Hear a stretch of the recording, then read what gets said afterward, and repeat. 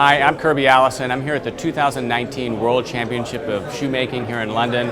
I'm with our good friend Daniel Wegan. All of you know him from the videos that we've been filming on Catella and Girling. Even amongst this pantheon of some of the best shoemakers in the world, Daniel still stands out. Coming in second place last year, he's here this year to win. And boy, does he have an incredible shoe that is a clear standout amongst these incredible showpieces we have. So, you know, Daniel, we don't know the results yet of the competition. I know that you've put an incredible amount of work into the shoe. And so why don't you just kind of talk through, you know, what you've done. I mean, you know, again, even from last year, you've kind of evolved this even further. So it's really exciting to see what you put out. Well, last year, it was the first year of the competition, and nobody really know what to think or make of it. So I think most people just did what they usually do and try to do a fine version of their regular production for customers or whatever it may be. And I think most people noticed that the more extreme shoes did a lot better. And I think most people coming to the event enjoyed those shoes the most. So I wanted to build on that and just take it to the next level and add more handwork, make it more extreme, and just make it more interesting for everyone that comes here to look at them, while still remaining true to my taste. And well, amongst bespoke shoemakers, I mean, you're certainly developed a reputation of being incredibly methodical and detail-oriented. But at the end of the day, like what you said, you're always kind of creating shoes for customers, right? So you're limited in what you can and can't make. But this shoe, as you were kind of describing to us last year, is really an opportunity for you to do something for yourself. So did you have fun making this? I mean, was this exciting? You know, I really enjoyed making this, and it started out as something that I thought, well, how can I improve on next year? But through the process, it's just kind of turned into a labor of love and kind of thinking less of what people would think of it. And when I was done with it, I'm really proud of it. And I've explored new territory of what I'm being able to do. And whether people like it or not kind of came of less importance. Yeah. Obviously, I want people to appreciate it. And if it could do really well in the competition, it'd be even better. But even without all of that, it's still just an item that I'm very proud of to have made. What was your inspiration? I mean, I know that you've traveled around, you've seen a lot of kind of old pieces. I mean, is there anything that you drew inspiration from in creating this? Well, I think everyone that starts making shoes or becomes a shoemaker, I think most of them start and thinking they're going to make the shoes of their dreams all day long. Yeah.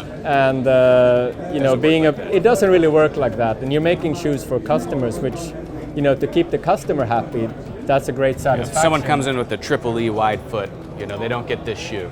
They're different challenges, but the challenge of making something of your imagination, it doesn't come up that often. Yeah. So I try to grab that opportunity for this event. Yeah. And I've always been try to encourage this event to happen. And the least I can do is to participate and do my best. So talk to us a little bit, just point out in detail some of the things that you put into this shoe that are truly exceptional. Yeah, And really brag about your work. Yeah, not to blow my own horn too much, but I think there's a few details here that might be hard for people that don't know what they're looking at to really understand what it is. Yeah. So first of all, the upper is completely hand sewn, 21 to the inch, which I think it's very rare to see a really hand sewn upper. Mm-hmm. After the sewing machine got introduced into shoe production, it's kind of held its own there, and handmade uppers have really disappeared, and especially if you look at fine work. Mm-hmm. And looking at this, I think a lot of people would have a hard time knowing if it was done by hand or by machine, and that's kind of the best compliment you could get, that if they struggle to tell the difference. Yeah, that's really what you're going for, is not just the fineness of the stitch density, but also the consistency with which the stitches are made. Yeah, if you're going to do it by hand, you better, be able to keep up as good a performance as a machine. Otherwise, it just becomes a bit of a novelty. Yeah. And there is a light inconsistency in it, but I think it does add a little beauty to it. I mean, it adds an element of it being handmade and the humanism to the shoe. So just for a reference, I mean, 21 stitches per inch is incredible. And on a pair of like Catella and Girling factory-made shoes. A factory-made shoe or like G&G or any other high-end shoe would probably be around maybe 14, 16 to the inch. And I think that's a very fine looking shoe, and maybe more that in and of itself is a high stitch density. Yeah, and a very probably practical stitch size just for a shoe to wear. But for a display purpose and show of skill, I think it's nice to just try to go the extra mile. Same with the sole. Last year I did 21 for the sole, and I brought it up to 25 this year. That's crazy. And then something I've seen in a lot of kind of Victorian price work is this what they call in England a shell heel. Okay, so or a jockey heel also, right? Yeah, it's a heel with that's just got a horseshoe shape. And most shoes you would see, they would have like what we call a quarter rubber. So I still put that in at an angle, like the rubber would be on a normal shoe. But I just added this stainless steel plate that I hand polished. And I see a lot of fine mechanical watches that have these little peaks on them. So I thought I'd just give a hint to that. And I continue that through the back, and then also with the profiling under the leather of this heel stiffener to try to continue just to finish at the peak of the heel counter. And then talk a little bit about the heel stack too, because even with the heel stack, I mean, there's an incredible number of layers there. Yeah, usually there's about 3-4 layers. This one has about 15, and it's something that makes it harder to build it, because for every layer you add, there's a layer that could crack. And I use a traditional starch-based paste, so not a contact adhesive. So it gives a nicer finish, because contact adhesives, they will leave a slight line in between, whilst as the starch paste, it's invisible. So all you see is the leather, and you can see all the stacks on the inside, and it just gives a nice three-dimensional view of everything. And I think it's just something people would gravitate towards and want to pick up and investigate. Same with the toe plate that has burl metal. It's a kind of Japanese mokomegane, I think it's called. So it's a burl metal, kind of like Damascus steel, which is inlaid under the brass plate. So you have a little window there. Unbelievable. And this is something that I think, even if it's a display piece, it could probably be kind of implemented on a real shoe. Because the shoe would wear on this area, but this would kind of be a little bit protected. So you could probably see some of that even on a shoe that's been worn. So with these items, I tried to maybe not make something that a client would order in its entirety, but maybe they would like a particular feature, kind of like a fashion show.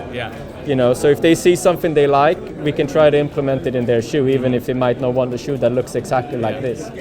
When you look at all the different features here, like one detail that I really like is I've made a slight braided stitch just along the top line, which is probably it's not large enough to make it too busy looking from afar, but if you went up close, it's just something, that little detail that you can get some pleasure from to look at, and that could definitely be implemented on a real shoe. So I'm trying to make something beautiful with things they might have not seen before. Well, it's it's elongated, it's an exaggerated silhouette, but if you think of, again, you know, whenever you see haute couture, you have a fashion designer doing a sketch, you know, the models are always elongated and stretched, and I really see a lot of that here. I mean, just kind of the natural beauty of a really, you know, narrow, elongated silhouette is in many ways universal, and you see that come out in this shoe. I mean, you know, a shoe that someone's going to wear, you could never achieve this with, but in this showpiece, you could. It's like in the menswear prints you have in your office. You know, most people don't really look like that in those proportions, and most people, nobody's foot will look like this, but it's still something of beauty that you can dream about or take inspiration from. And these are never supposed to be worn by anyone. They're just going to be for display. So it's much more important what they look like than what they wear like. Absolutely. Well, and that allows you, again, to really exalt the artistic aspect of it. You know, again, not having any of the constraints that you normally have in any of your, you know, bespoke customer work. You know, here in a lot of ways you were totally unrestrained and unrestricted. Yeah, I think the people that look at this and think of it as a novelty that doesn't have any value because it can't be worn, I think they need to use their actual imagination a little bit more and see that, you know, that it is inspiration. It can be implemented in a real product. This is just supposed to be exciting and entertaining for the shoemakers that come here and for the general public that want to see something they've never seen before. Well, talk a little bit about the bottom. I mean, again, you've got an incredibly narrow, kind of tight waist. I mean, this is a welted shoe, right? So, I mean, you're still having to sew the welt, across that bottom. A lot of this to make it look like this and be clean and still not feel too fragile, to still feel like it's got all the qualities and integrity of a real shoe. There's some technical difficulties to to overcome, and I did my best to make it look like it was something that was made with confidence, even though it's sometimes gave me a bit of a headache. Yeah. But if I got to do it again, I could probably do a nicer job of it. But for this first attempt, I'm quite pleased. Regardless of what the judges think and so on, I'm very happy that I made it, and I hope I can come back next year and build on this. And a lot of people had said very nice things about it, which, especially here coming from Shoemakers, it's very dear to my heart to have them respect it and acknowledge it as something that was a thing of beauty. Well, it was a true standout amongst the shoes whenever we were judging, so it's going to be very fascinating to see how things there's a lot of really great shoes here, and it's very hard for me to look at it with a real unbiased opinion. Of course. Especially because I spent so much time with it, and I know where all the little mistakes are. But for somebody that just spent 5 minutes on it, I'm hoping that it comes across as something that's very well made. And the paste, you talk about the starch-based paste. Just even finding that again, you've got an incredible collection of vintage books and vintage tools. Yeah, there's a lot of good shoemaking recipes out there, and some of them are, if you change one thing, it's not a big deal, but if you change too many things, it starts to become something else. And I have a very fond relationship with old prize work from the 1800s up to the early 1900s, and even though I don't think that I can compare anyway with those old masters, many of them which are nameless, I try to kind of continue that tradition of making beautiful one-off pieces. Yeah. But it really speaks to the degree that you are. It's a kind of a culmination of all of your knowledge and all of your, really just research, not for any particular purpose, but just for your own edification.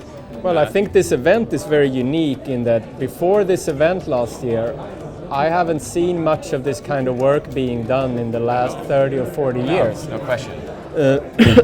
Not that I can think of off the top of my head. So the fact that in just the second year we have such a great turnout and people are really, trying to flex their muscles and come up with things that were more interesting than last year, I think this event has a great future, and I hope that we see this great variation of work. Yeah. And the fact that more people show up and they bring more beautiful, more extreme work. I think if we can keep it going that direction, I think in 5-10 years we'll see some amazing accomplishment. And just seeing what can be done helps other people to progress and go, because once you see that it's possible, it's a lot easier to do it. So if you can do a heel like this, you can do something else. You can take inspiration and reinvest that inspiration in your own work later. Yeah. Well, thank you so much for all your work and for your passion, and best Thanks of luck. for coming and we and can't wait covering to it. see how this turns out for everyone. So, Daniel, thank you so much.